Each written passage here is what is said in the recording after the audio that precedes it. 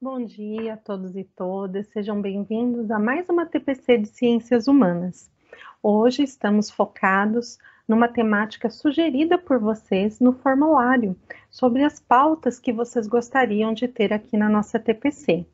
Hoje vamos tratar da temática da pessoa LGBT+ na escola, uma palestra muito importante desenvolvida pela professora Tatiane Ribeiro, nossa convidada especial de hoje. Fiquem comigo, nós teremos aí um trabalho muito interessante e muito pertinente à nossa dinâmica escolar. Obrigada pela presença de todos. Hoje a nossa TPC ela é mais focada nas cidades de Ribeirão Pires e Rio Grande da Serra, uma vez que hoje é feriado em Mauá.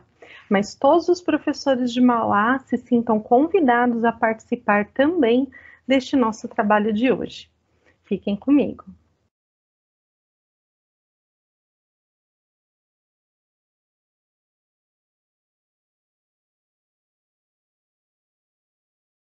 Como eu disse, então, hoje a nossa TPC ela vai tratar sobre a pessoa LGBT+ na escola, e a professora Tatiane Ribeiro, que é a nossa convidada, ela vai desenvolver uma linha de raciocínio para que nós possamos conhecer, compreender, contextualizar quem é a pessoa LGBT+, quem é o nosso aluno LGBT+, né? Como que nós devemos ter um olhar mais empático, mais compreensivo, mais humano para a pessoa LGBT+, que também é o nosso colega de trabalho, é aquele aluno que está ali todos os dias conosco. Então, nós vamos entender melhor. LGBT o quê? Então, conceituação. Só existem X e X e X e Y? No meu tempo, isso não existia. Será, gente? Ser LGBT no Brasil, uma sentença de morte, análise de dados. Ou seja, nós sabemos que os números, né, de violência e de mortes entre a população LGBT+ no Brasil é um número assustador, e nós vamos visualizar e refletir sobre estes números com a professora Tatiane. Também ela vai trazer dados sobre a pesquisa nacional sobre o ambiente educacional no Brasil e como que a gente pode, né, reverter certos preconceitos, certas práticas em relação aos nossos alunos, aos nossos colegas de trabalho que são equivocadas. Então, medidas públicas, como que a equipe gestora e o corpo docente podem atuar de uma maneira mais focada, né, nessas políticas, nessas medidas públicas, né? Então a gente vai ter um norte de por onde começar. E eu vou terminar a nossa TPC de hoje contextualizando a questão, né, dos direitos humanos, da Constituição Federal, do nosso currículo paulista, onde nós vamos ter ali os direitos, né, da pessoa humana, e também como que a gente pode trabalhar aliado ao currículo a temática, né, sobre a igualdade, a equidade, os direitos humanos na escola. Eu passo a palavra agora para a nossa querida professora Tatiane, mas antes dela começar aí a sua excelente palestra, eu quero trazer, né, o nosso cartão de visitas aqui da professora Tatiane Ribeiro. Ela é formada em Ciências Biológicas e é especialista em Gestão Ambiental pela Universidade Paulista, Unip. Ela já atua na educação há 11 anos, lecionando Ciências e Biologia na Rede Municipal de Educação de Ribeirão Pires. É feminista interseccional e também atuou no COMADES, Conselho Municipal de Atenção à Diversidade Sexual de Ribeirão Pires. Ou seja, é uma professora extremamente gabaritada que vai somar muito aos nossos conhecimentos e que está nos brindando hoje com uma palestra excelente. Palestra esta que, inclusive, foi realizada também na TPC de Ciências Humanas em parceria com as PCNPs, né? Então, aqui fica o nosso muito obrigada, professora Tatiane, que vai desenvolver agora a temática, e no final eu retorno para a gente fazer uma contextualização, né, em relação à legislação. Passo a palavra para a professora Tatiane. Olá, pessoal, sou a professora Tatiane. leciono Ciências e Biologia na rede pública de ensino, e hoje a gente vai conversar um pouquinho sobre a pessoa LGBT+, na escola. Eu inseri aí na capa da nossa apresentação a expressão LGBT+, mas vocês com certeza já viram essa sigla de uma forma, ou de várias formas diferentes. Então, apenas LGBT, LGBTQ, LGBTIA, LGBTPQIA, enfim, são várias formas de referir a comunidade LGBT, a comunidade LGBT+. Antigamente, o termo que a gente utilizava para designar as pessoas não heterossexuais, não cisgênero, era GLS.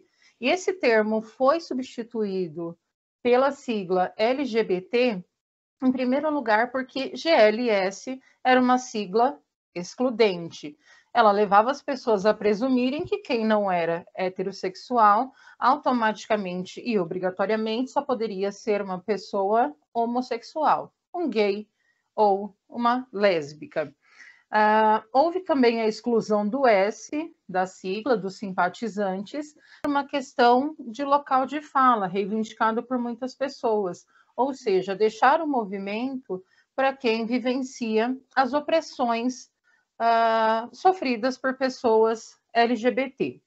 Eu, particularmente, gosto de utilizar a sigla LGBT+, porque esse mais engloba toda a diversidade de pessoas que não se encaixam dentro da idade e da cisgeneridade. Mas é comum encontrar outras pessoas que utilizem também as letras Q, que se refere a queer, por exemplo, P, I, A, e algumas outras letras que são um pouco menos comuns. A sigla LGBT, ela chama a atenção para dois fatores principais, que são a orientação sexual e a identidade de gênero. Em primeiro lugar, é importante a gente ressaltar que não existe opção sexual. A sexualidade não é uma escolha. Em segundo lugar, também é importante que a gente compreenda que a orientação de uma pessoa muito dificilmente é estritamente sexual. Então, hoje seria mais correto a gente se referir à orientação das pessoas como orientação afetivo-sexual. Porque as pessoas que não são heterossexuais também possuem atração afetiva, interesse afetivo por outras pessoas, e não apenas uma atração sexual. Essa questão de falar-se em orientação sexual é parte do preconceito que existe dentro da sociedade e da hipersexualização de pessoas LGBT, levando-se a entender que a pessoa LGBT é uma pessoa orientada apenas para o sexo. Por isso é importante a gente entender que uma orientação nunca é estritamente sexual, e sim afetivo-sexual. Então, dentro da comunidade, dentro do grupo LGBT, no que diz respeito à orientação sexual, não existem apenas as pessoas homossexuais. Muitas vezes a gente acaba colocando todo mundo no mesmo balaio, né? Misturando pessoas travestis com homens gays, achando que todo mundo que não é heterossexual é gay, mas na verdade existe uma grande variedade de orientações e identidades fora da heterossexualidade e da transgeneridade.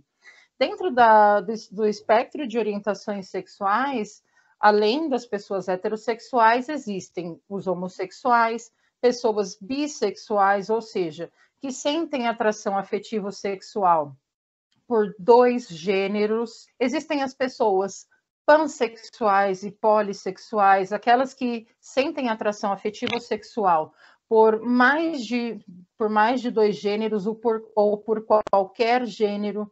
Existem as pessoas que são assexuais. E dentro do grupo de pessoas que são assexuais, existem aquelas que não necessariamente não sentem nenhum tipo de atração sexual.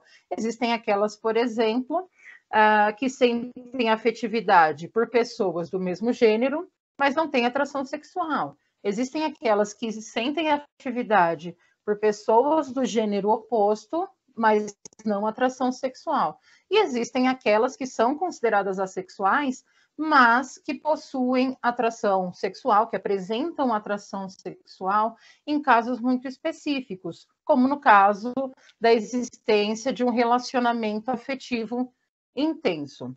Então, o espectro das orientações sexuais, ele é bastante amplo. Quando a gente fala em lésbicas, gays e bissexuais, nós estamos fazendo um resumão da variedade de orientações sexuais. Existem muitas orientações que são pouco conhecidas, inclusive pelas pessoas LGBT. É muito comum a gente ouvir pessoas LGBT dizendo que não se identificam completamente com uma das orientações padrão. E, na verdade, não é necessário se identificar com uma dessas orientações, enfim, se colocar dentro de uma caixinha. A sexualidade pode, inclusive, ser fluida ao longo da vida. Algumas pessoas defendem que ela é fluida em qualquer pessoa, outras acreditam que não. No que diz respeito à identidade de gênero, existe também uma variedade, mas que muitas vezes a gente acaba se atendo apenas ao cisgênero e ao transgênero. E o que significam essas expressões? Cisgênero é a pessoa que se identifica com o gênero que lhe foi atribuído no momento do nascimento, de acordo com o seu sexo biológico. Então, uma mulher que nasceu do sexo biológico feminino e se identifica como mulher, ela é uma pessoa cisgênero. Uma mulher que nasceu com o sexo biológico masculino e se identifica como mulher, ela é uma mulher transgênero. Hoje, a gente evita fazer essa separação. Ela é uma mulher cis, ela é uma mulher trans. Não é necessário dizer isso porque não é uma informação relevante a respeito da pessoa. Basta dizer que é uma mulher, basta dizer que é um homem.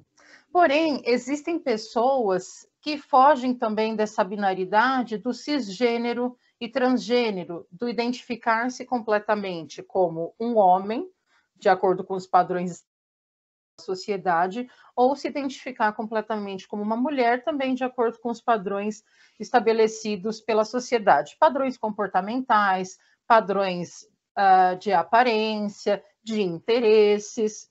Algumas pessoas não têm essa identificação exclusiva com o gênero masculino, nem com o gênero feminino. Algumas delas são agênero, ou seja, elas não se identificam com gênero nenhum, elas não têm algo marcante na identidade delas que tenda para o lado feminino. Algumas pessoas têm uma identidade fluida, são as pessoas que a gente chama de gênero fluido. Em alguns momentos da vida delas, elas se identificam como um homem, em alguns momentos elas se identificam como mulher, e pode haver também a questão de, em alguns momentos, elas não se identificarem com nenhum gênero, ou com ambos os gêneros, ou com gêneros que fogem do padrão masculino e feminino. Nos últimos tempos, a gente tem ouvido falar de uma questão que se tornou um pouco polêmica, que é a questão da não binariedade. Pessoas não binárias ou não binárias que solicitam o uso da linguagem neutra. Eu não vou me aprofundar nessa questão da linguagem neutra, mas muitas pessoas falam sobre o assunto nas redes sociais e não compreendem o porquê algumas pessoas solicitam que seja utilizado um tipo de linguagem que não denote um sexo feminino ou masculino. Qual é a lógica dessa linguagem, de acordo com as pessoas que solicitam que ela seja utilizada? Se elas não são nem homem e nem mulher, não cabe tratá-las como homem ou como mulher. Ao longo da apresentação, vocês vão ver que, apesar de não ter adotado para essa apresentação uma linguagem neutra, geralmente terminada com a letra E, nós vamos evitar palavras ou no masculino ou no feminino, como aluno e aluna. Então, a gente fica com estudante. Subentende-se que estudante pode ser tanto um menino quanto uma menina, ou qualquer pessoa que não se encaixe aí nessa classificação binária. A expressão de gênero de uma pessoa nem sempre diz respeito à sua identidade de gênero. A identidade de gênero é algo que diz respeito não apenas à forma como uma pessoa se veste, mas como ela se enxerga. Então, independente dela utilizar roupas extremamente femininas ou não, roupas consideradas masculinas ou não, a forma como ela expressa o gênero dela, a forma como ela se coloca e como ela se veste, por exemplo, não necessariamente está atrelada à sua identidade de gênero. Então, não necessariamente uma pessoa que nasceu do sexo biológico feminino e que utilize roupas que são vendidas como roupas masculinas é uma pessoa transgênero. Não necessariamente essa pessoa é um homem trans. Ela pode ser uma mulher cisgênero lésbica. Então, essa é uma confusão muito comum, né? Muitas pessoas não compreendem essa diferença entre a identidade de gênero e a expressão de gênero. A identidade é uma coisa muito mais ampla, muito mais global. A expressão de gênero é algo mais pontual. Então, é a forma como eu me sinto à vontade para me vestir, o quanto eu quero evidenciar o meu sexo biológico. Nem todas as pessoas se sentem bem expressando o sexo biológico, né, o seu sexo de nascimento. Um outro equívoco que é muito comum e que a gente ouve com muita frequência é que só existem XX e XY. E a gente sempre ouve esse argumento quando a pessoa quer contestar a transgeneridade, quando ela quer contestar a não binariedade, ou seja, quando ela quer contestar qualquer pessoa que fuja do padrão cisgênero. Só que nós, que somos da área das ciências da natureza, sabemos que essa informação não é verídica, que não existem apenas pessoas XX, que seria a fêmea, e XY, que seria o macho. Existem também as pessoas intersexo, que hoje são abraçadas pela comunidade LGBT. Então, o I que a gente muitas vezes vê na sigla LGBTI, por exemplo, LGBTQIA, o I se refere a pessoas intersexo. E a palavra correta é apenas intersexo. A gente não vai utilizar mais a expressão hermafrodita. Essa expressão é considerada ofensiva. Então, a gente não deve tratar pessoas intersexo dessa forma por vários motivos. E um deles é justamente a característica da pessoa intersexo.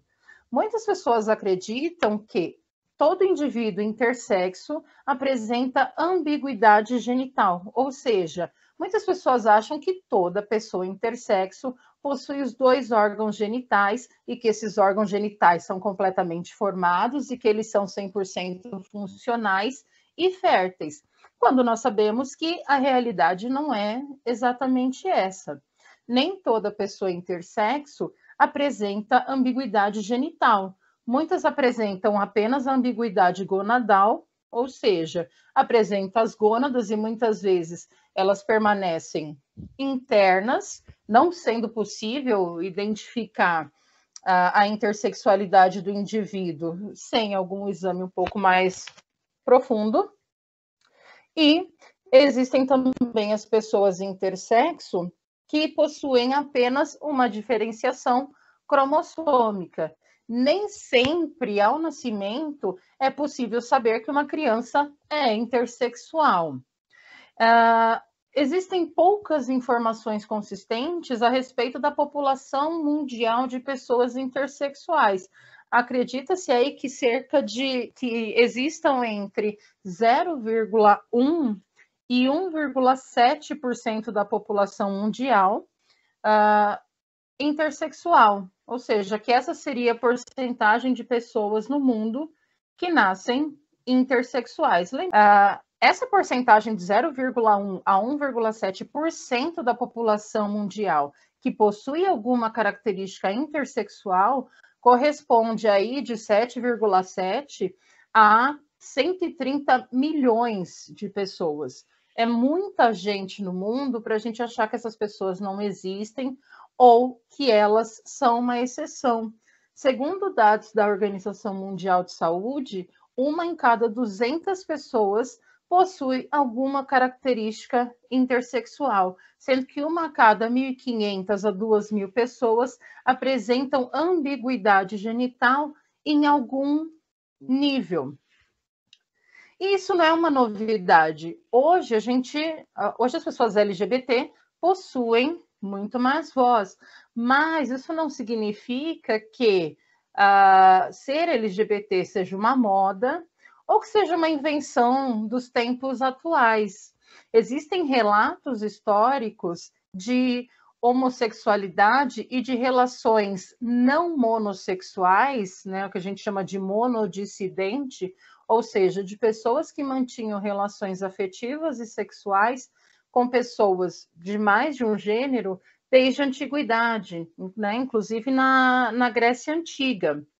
E na antiguidade não havia uma conotação negativa para a não heterossexualidade, isso era considerado natural.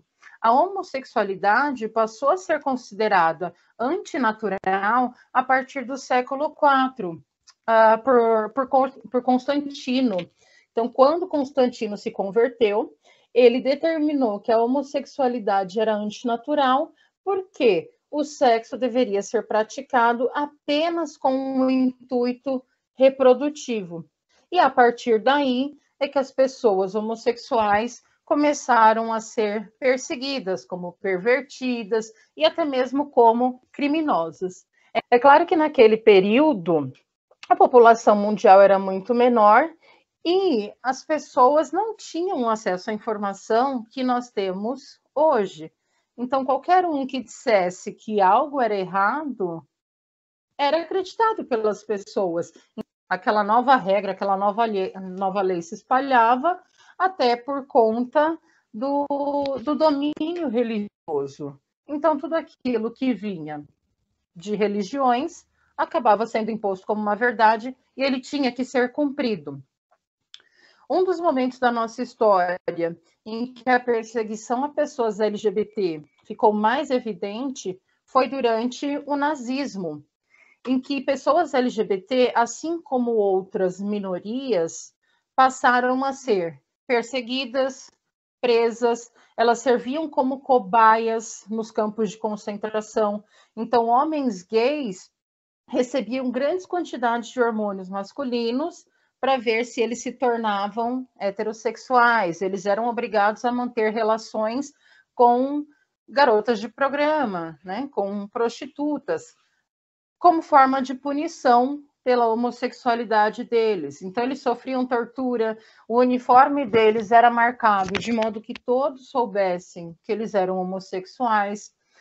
Eles sofriam, evidentemente, por parte dos homens heterossexuais, por parte dos soldados, violência sexual, a castração química e a tortura que eles sofriam acabava, na maioria das vezes, culminando em sua morte. Um dos grandes casos de castração química, né, um dos casos mais conhecidos de castração química de uma pessoa LGBT, de um homem homossexual, é o caso do Alan Turing. Sofreu castração química e acabou, em 1954, cometendo suicídio.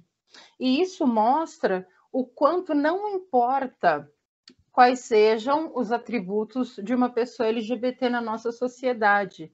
Então, Alan Turing foi uma pessoa de grande contribuição para o desenvolvimento da nossa sociedade, para o desenvolvimento científico e tecnológico, e ainda assim, depois que ele foi usado, depois que todo o conhecimento dele foi usado, ele foi preso, sofreu castração química e tortura física, tortura sexual e moral, até que ele cometesse suicídio.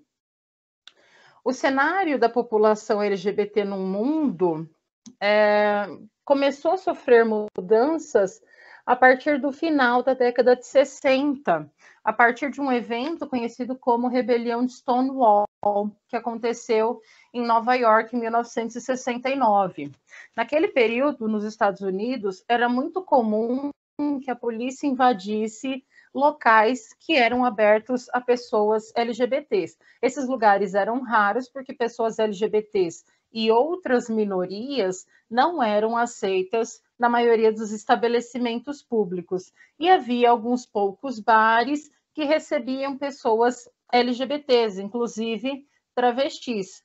E esses bares sofriam constantemente com ataques da polícia e as pessoas LGBT acabavam sendo presas. Até que em 1969, as pessoas que estavam na Stonewall Inn se rebelaram contra os abusos da polícia. E essa rebelião durou alguns dias. E a partir daí é que começaram a ser organizados nos Estados Unidos alguns movimentos de luta LGBT. Neste período já existia um movimento muito intenso nos Estados Unidos, que era o movimento negro, e só a partir daí, do final da década de 60, é que surgiu o movimento LGBT nos Estados Unidos. E a primeira parada do orgulho LGBT, dirigido por pessoas trans, principalmente, mulheres trans e travestis, ocorreu no ano de 1970. Então, foi quando as pessoas LGBT começaram a ter alguma voz, começaram a lutar coletivamente pelos seus direitos. E aí chega 1980, 1981, cobre-se a AIDS.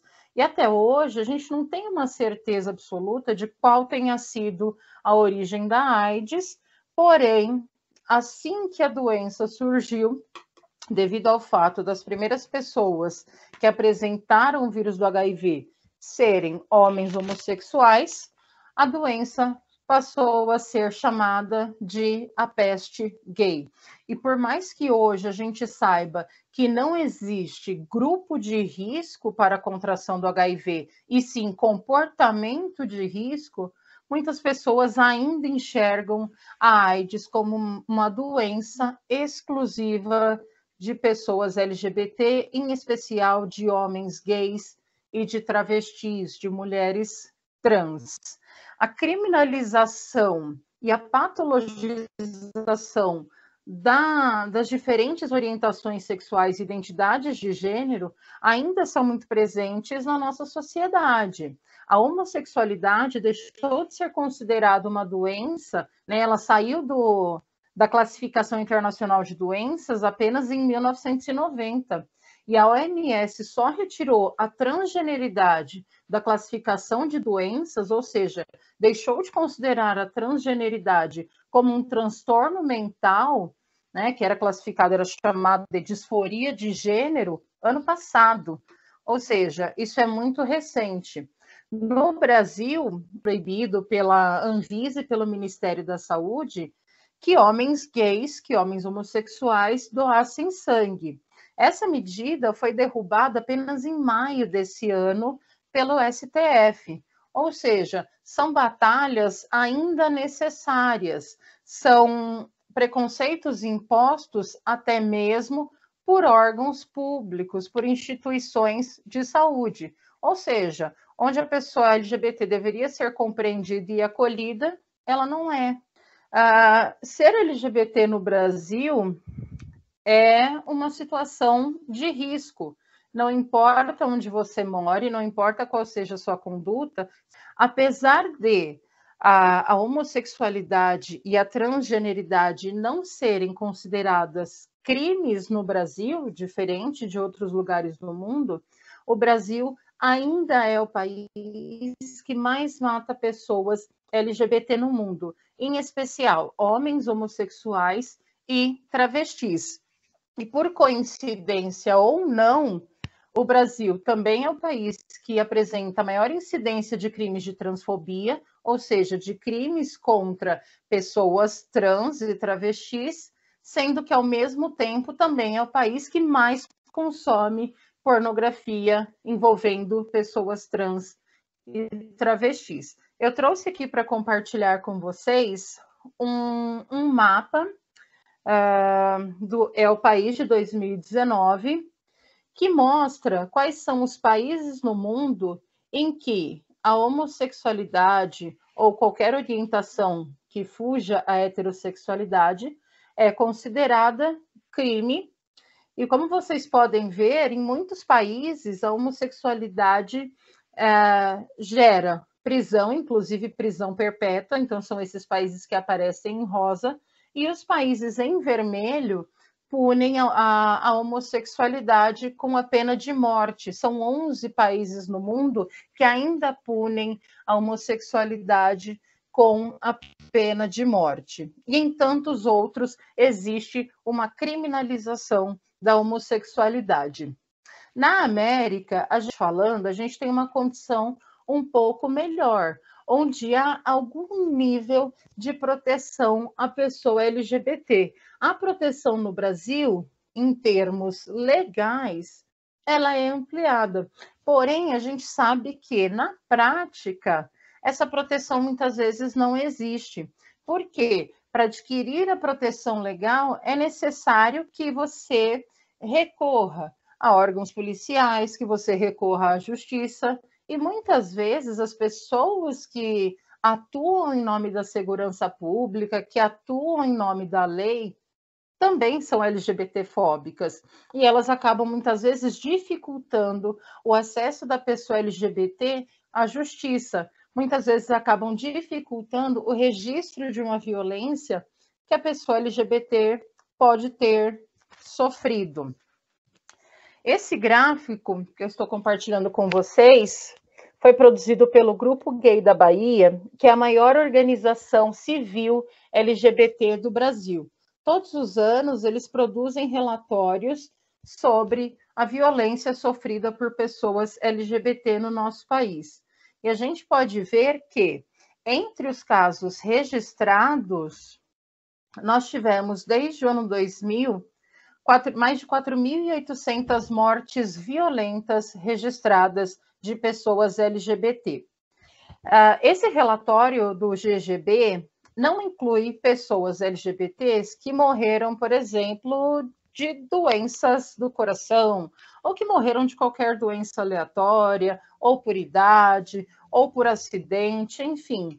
Esse relatório inclui apenas mortes provocadas ou suicídio. Então, o ano de maior incidência de mortes violentas registradas entre pessoas LGBT foi 2017, foram registradas 445 mortes. E como a gente pode ver no mapa do Brasil, também produzido pelo GGB, o estado mais violento para pessoas LGBT, o estado menos seguro para pessoas LGBT é o estado de São Paulo, que é de longe o estado onde ocorrem mais casos de crime contra pessoas LGBT. A gente pode perceber, no entanto, que a região do país em que mais morrem pessoas LGBT por violência é o Nordeste. Cerca de 35% das mortes violentas de pessoas LGBT no ano passado ocorreram no Nordeste. Porém, o Sudeste não fica muito atrás, com quase 30% das ocorrências de crimes. Aí abaixo a gente tem uma tabela com uma informação que é interessante. Essa tabela aponta que das pessoas que sofreram morte e violência no ano passado, 52% eram homens gays e 27% eram travestis e 8,8% pessoas transexuais. Essas taxas, segundo o Grupo Gay da Bahia, podem variar pelo fato de que muitas mulheres trans ou travestis, no momento do registro da ocorrência, são tratadas como homens gays. Então, muitas vezes é negado a travesti e a mulher trans o direito à sua identidade feminina. Nesse slide, a gente consegue ver algumas outras características a respeito das mortes violentas no Brasil. Mais de 80% das mortes violentas de pessoas LGBT são provocadas por homicídio, sendo que 30% desses homicídios são cometidos por arma branca. Se a gente observar essa tabela de causa-mortes, de artefato utilizado, na verdade, para cometer-se o crime, nós percebemos que existem ações cruéis, requinte de crueldade, como estrangulamento, asfixia, pauladas, enforcamento, pedradas, carbonização. Existem alguns casos nos últimos anos que se tornaram bastante notáveis, como o do menino Itaberli, que foi assassinado pela própria mãe, e da Dandara, que é um caso que não teve tanta notoriedade no Brasil quanto teve no exterior. Hoje, Dandara é homenageada em outros países, inclusive nos Estados Unidos, mas parece que o caso dela gerou mais comoção fora do país do que dentro do Brasil. Tanto é que levou-se algum tempo para que o próprio brasileiro tivesse tomado a ciência da tortura e do assassinato da Dandara. Se vocês procurarem no Google, vocês encontram informações a respeito do caso dela. O vídeo da tortura e assassinato dela foi muito compartilhado nas redes sociais, né? Então, a gente tem um problema moral muito sério das pessoas exporem a violência contra quem quer que seja, e não seria diferente em relação às pessoas LGBT. De todas as pessoas LGBT que foram assassinadas no ano passado, 11% eram profissionais do sexo. Isso diz muito sobre a marginalização, principalmente da mulher trans e da travesti. E essa marginalização, essa falta de acesso ao emprego formal, estão associados principalmente à vivência escolar de mulheres trans e travestis. Não exclusivamente, mas principalmente. E a gente tem aqui um dado preocupante de que 24 das 329 pessoas LGBT assassinadas ou que cometeram suicídio ano passado eram professores. Nós sabemos hoje que muitos professores encaram perseguição por parte de alunos, muitas vezes por parte de pais, por serem pessoas LGBT. E em 24 casos, tenha sido por homicídio ou suicídio, essa perseguição culminou na morte desses professores. E por que eu estou falando sobre tudo isso? Por que eu apresentei esses dados para vocês? Que nós que estamos em sala de aula somos um fator decisivo para uma estruturação emocional da pessoa LGBT. A forma como o professor lida com um aluno LGBT, seja um adolescente, seja uma criança, pode ser determinante para a continuidade do seu estudo. É a maneira como o professor e a escola acolhem o aluno, acolhem o estudante, que vai dizer se esse estudante vai concluir o seu ensino médio, por exemplo. É muito comum entre pessoas LGBT, entre estudantes LGBTs, haver uma evasão escolar, um abandono dos estudos por conta não apenas do bullying, dos crimes LGBTfóbicos cometidos por outros estudantes, mas também pela falta de acolhimento e de posicionamento por parte da equipe escolar. Quando um professor não se posiciona, ele está gerando um distanciamento entre ele e o aluno LGBT. E esse distanciamento pode ser, né, o distanciamento ou proximidade entre a pessoa LGBT e os seus professores é crucial para essa pessoa, é decisivo em relação ao seu futuro. Muitos adolescentes LGBT não podem confiar em falar sobre a sua sexualidade ou sobre a sua identidade de gênero com seus pais. Eles não têm essa abertura em casa, eles possuem pais extremamente homofóbicos, transfóbicos, e eles sabem que não vão encontrar acolhimento em casa. Então, o único lugar em que eles esperam muitas vezes ser acolhidos é dentro da escola.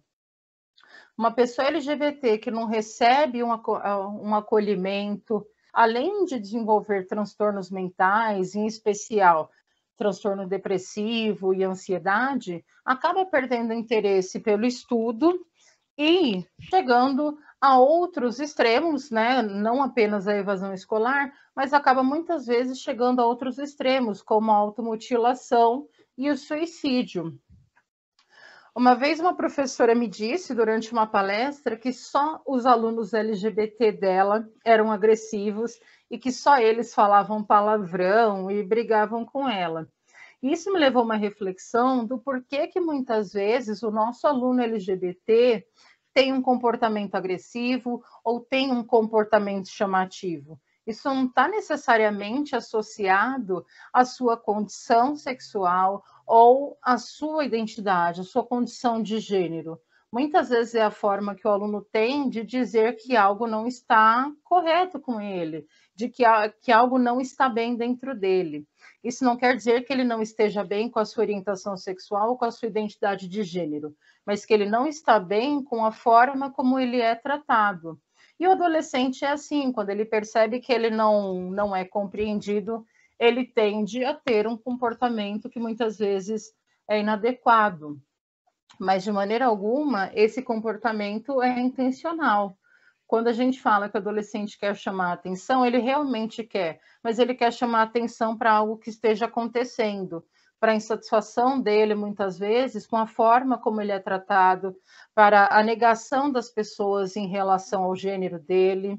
Uma das pesquisas que eu utilizei para montar esses slides para vocês, para que a gente pudesse ter essa conversa, é a Pesquisa Nacional sobre o Ambiente Educacional no Brasil, que foi feita em 2016. Essa pesquisa atuou junto a estudantes para levantar algumas das experiências de adolescentes LGBT no ambiente escolar.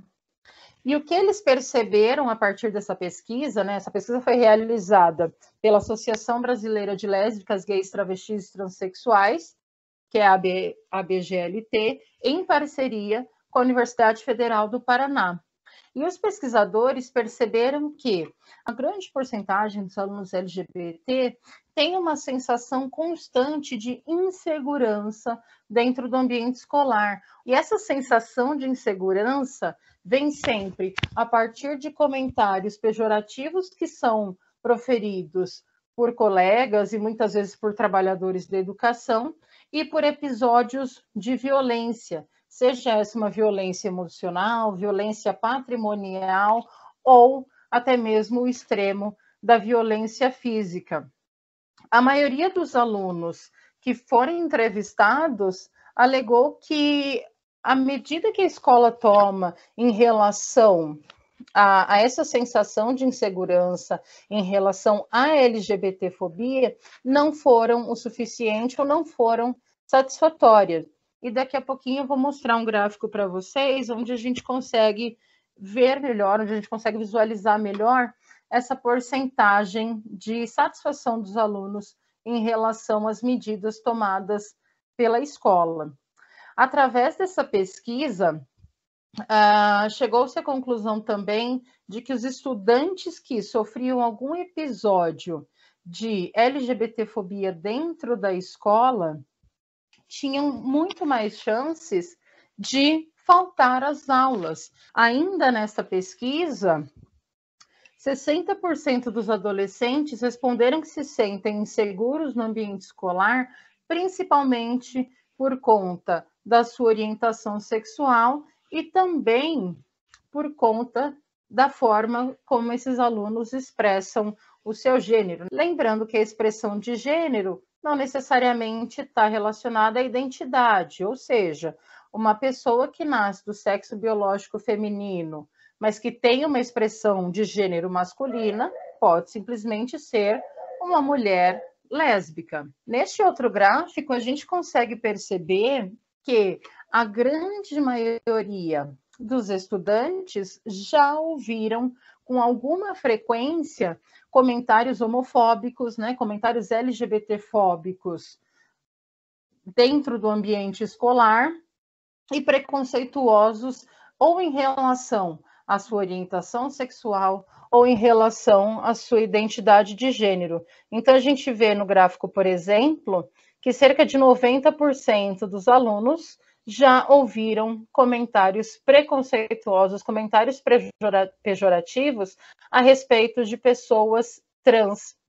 E aí, no gráfico, o autor menciona uma palavra que é muito comum a gente ouvir, que é traveco. A gente tem outras palavras aí como viado, sapatão, por exemplo. São palavras ditas com um cunho pejorativo. É comum que a gente ouça pessoas LGBT se chamando entre si, se chamando entre os amigos de viado. Porém, a pessoa que possui um preconceito dentro de si, ela vai utilizar essa palavra apenas com um cunho pejorativo. Outra constatação importante e preocupante que a gente tem aqui é a frequência com que os professores ou demais trabalhadores da instituição de ensino se manifestam em relação, se manifestam diante de condutas LGBTfóbicas. Então, a gente vê aí que, em mais de 50% dos casos, os profissionais da educação não se manifestam. E muitas vezes, os comentários também são feitos pelos próprios profissionais da educação. Muitas vezes não são feitos pelos educadores ou demais funcionários, porém são feitos na frente dessas pessoas, são feitos na frente dos adultos. No terceiro gráfico, a gente consegue perceber, por exemplo, que as intervenções contra a LGBTfobia, na maioria das vezes, são feitas por alunos, por outros alunos, e não pelos profissionais da educação.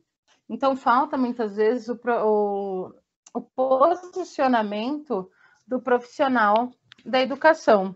E como eu havia comentado com vocês, na maioria das vezes, os alunos acreditam que as medidas que são tomadas pela equipe pedagógica, pela equipe gestora, não são funcionais, não são eficazes. Então, a primeira medida que deveria ser tomada é a inserção na grade curricular de cursos de graduação de formação de professores, de conteúdos voltados ao respeito à diversidade. Não apenas a diversidade sexual, mas também a diversidade de cor, a diversidade abrangendo classes sociais, pessoas deficientes, povos indígenas e demais pessoas que, de alguma forma e por algum motivo, são segregadas na nossa sociedade. É importante que os órgãos públicos também promovam a formação continuada para profissionais de educação. Todos nós nos atualizamos dentro da área que nós lecionamos. Nós que nos formamos em ciências biológicas, por exemplo, não vamos passar a nossa vida inteira ensinando aquilo que nós aprendemos na graduação da forma como nós aprendemos. Nós estamos constantemente nos atualizando. Então, é importante que essa atualização, que as formações continuadas também abranjam questões sociais, como as questões de gênero e sexualidade. Outra medida importante também é a elaboração, disponibilização e utilização de materiais pedagógicos voltados tanto para professores quanto para alunos. Lembrando que esses materiais precisam ter base científica e também a partir da vivência de pessoas LGBT. É necessário que se criem também canais de denúncia de discriminação ou violência LGBTfóbica e que se criem leis mais consistentes para a punição da violência LGBTfóbica. Também é importante, por parte das instituições públicas, destinar recursos financeiros para pesquisas sobre a comunidade LGBT. A gente não lida com uma parcela da população sem que a gente conheça essa parcela, sem que a gente conheça as suas condições, a sua realidade e as suas necessidades. E também é necessário que haja campanhas, principalmente nos meios de comunicação e redes sociais, conscientizando as pessoas, informando as pessoas a respeito do que é a orientação sexual, quais são as diferentes orientações sexuais, explicando o básico, que a sexualidade de uma pessoa não está relacionada ao seu caráter, à sua competência ou à sua inteligência. Dentro do ambiente escolar, em primeiro lugar, é necessário que os professores e demais trabalhadores da educação busquem informações. Essas informações, hoje, estão disponíveis, nós temos fácil acesso à informação, existem muitas fontes confiáveis em que o professor e qualquer outro profissional da educação pode se informar melhor. E também é importante ouvir pessoas LGBT. Se eu quero ser uma pessoa favorável à população LGBT, se eu quero demonstrar o meu apoio a pessoas LGBT+, em primeiro lugar, eu preciso ouvi-las. Ainda no ambiente escolar, é importante que a equipe pedagógica promova projetos voltados às questões de gênero e sexualidade. A gente só quebra um tabu com o adolescente quando a gente fala sobre o assunto. É importante falar sobre o assunto. Muitas vezes, o assunto não é falado em casa.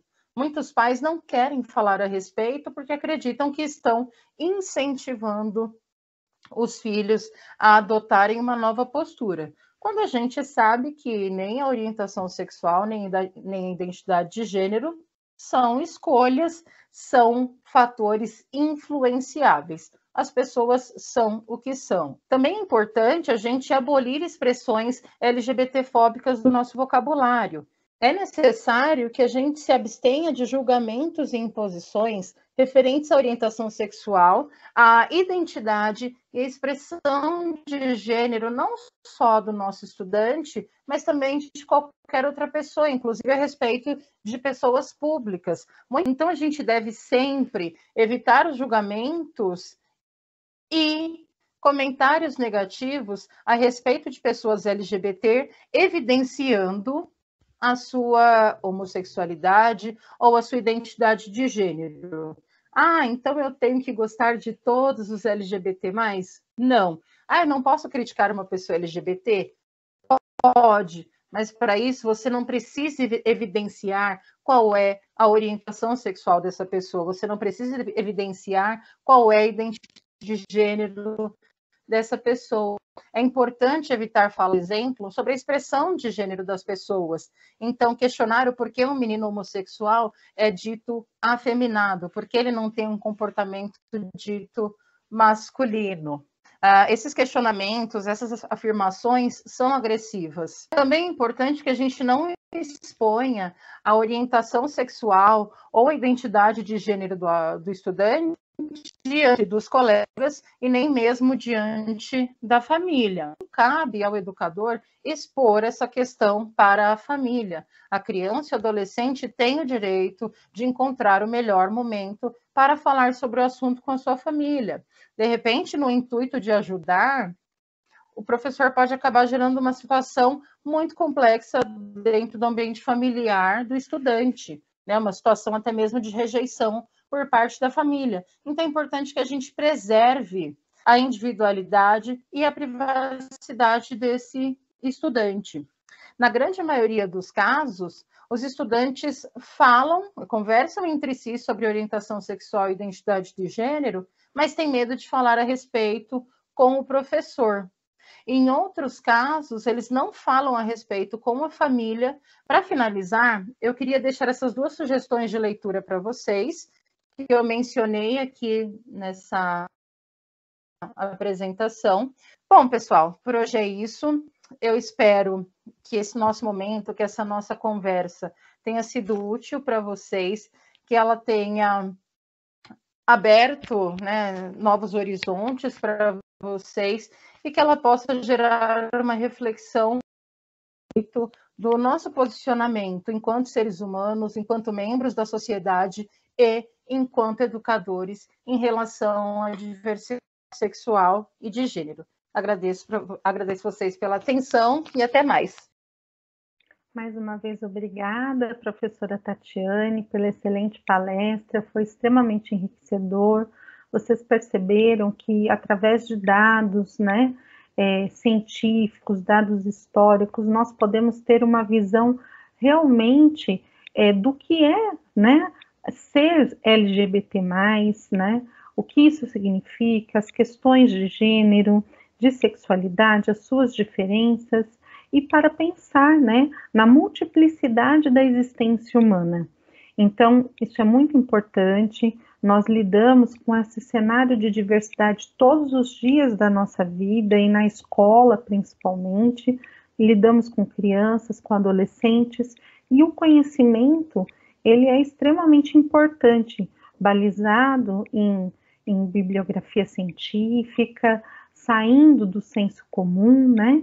Pensando realmente com um olhar de empatia, de compreensão e principalmente uma visão pautada, né? Não só na ciência, mas também na questão das competências socioemocionais e na legislação. E é justamente sobre a legislação que eu vou falar um pouquinho agora.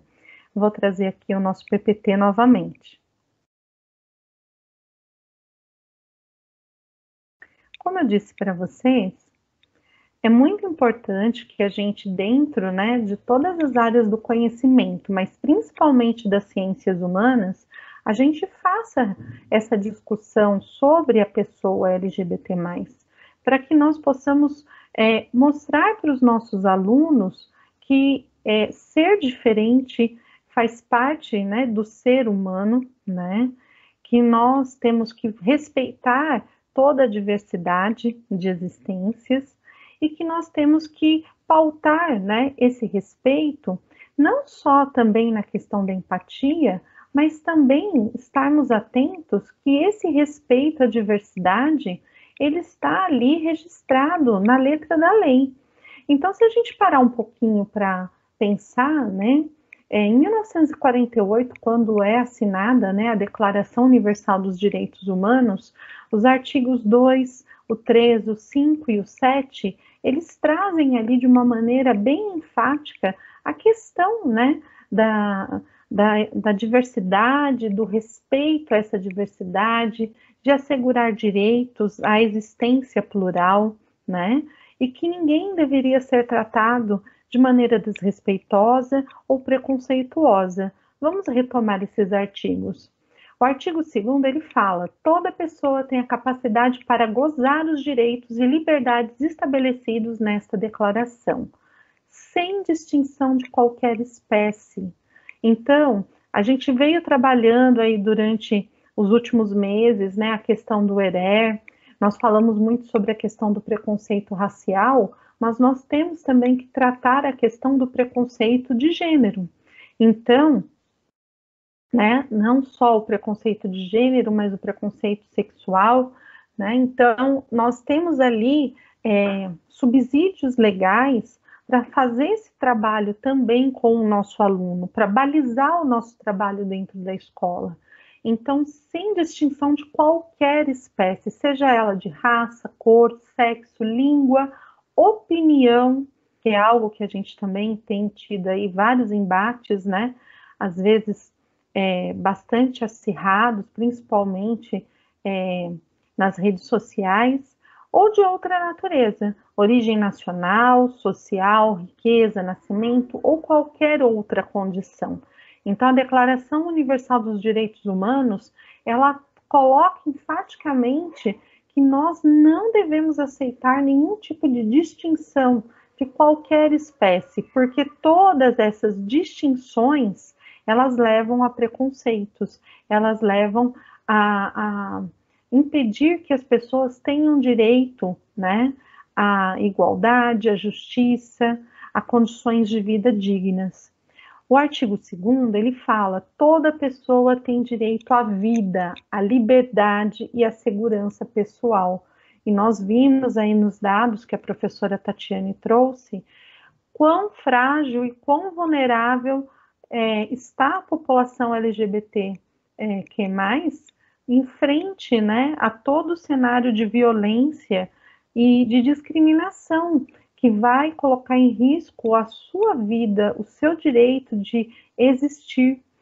O artigo 5º, ele fala: ninguém será submetido a tortura, nem a tratamento ou castigo cruel, desumano ou degradante. E quantas vezes nós vemos, né, a população, a pessoa LGBT+, né, sendo tratada de maneira desigual, né, degradante, seja nos espaços públicos, nas redes sociais, no ambiente de trabalho, na escola. Então, a gente tem realmente que lutar para superar, né, esse preconceito, né, essa questão de discriminação através de conhecimento.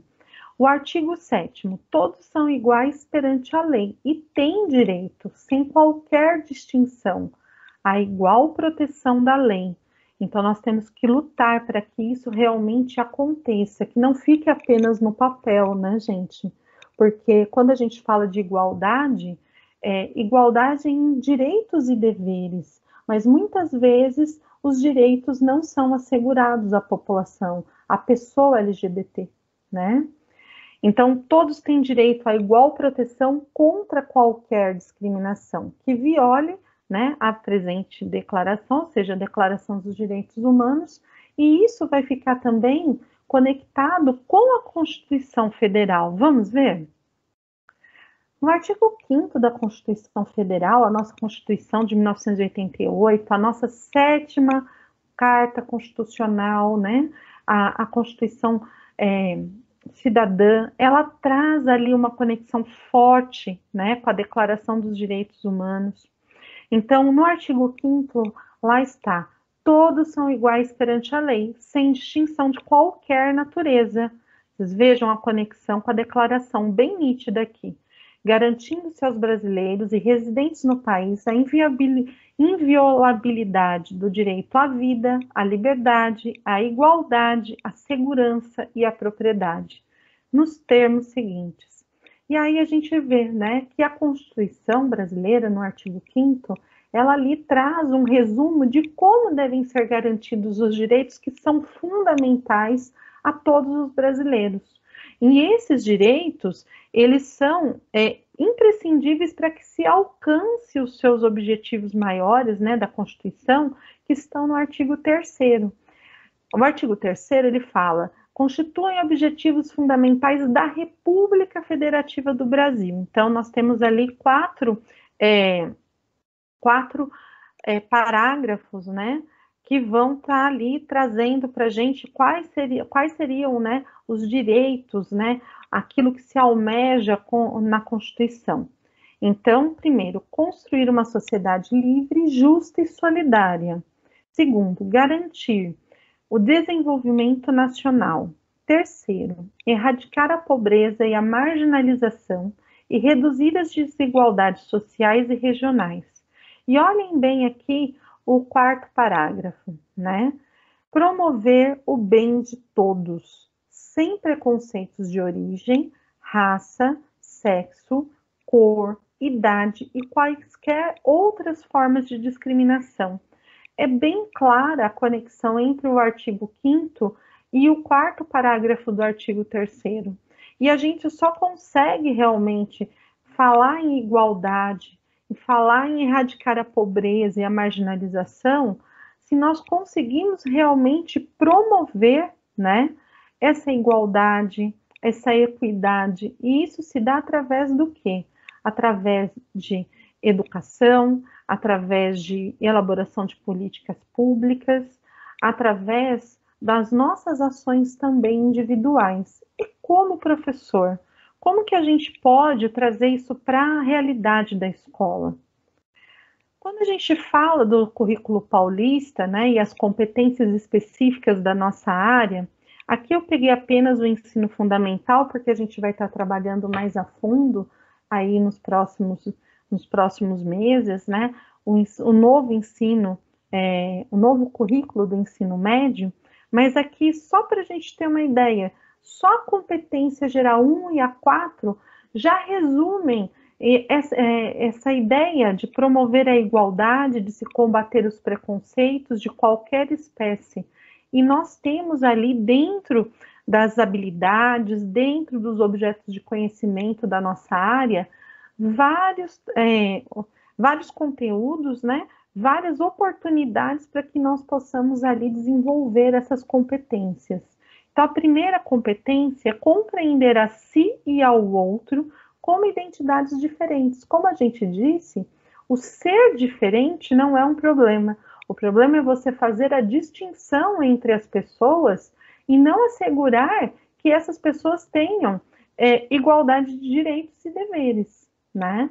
E isso faz com que, a partir do momento que a gente faz essa compreensão de si e do outro, nós vamos exercitar, né, o respeito à diferença, pensar em uma sociedade plural que promove os direitos humanos. Então, vocês percebam que está tudo conectado.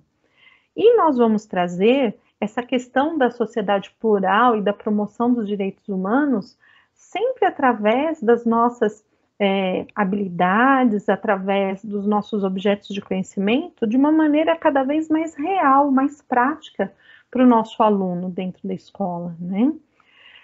Quarta competência, interpretar e expressar sentimentos. Então, vocês percebam que aqui também está conectado, né, com as competências socioemocionais. Crenças e dúvidas em relação a si mesmo e aos outros. Então, olha, interpretar e expressar sentimentos, crenças, dúvidas em relação a si e com os outros.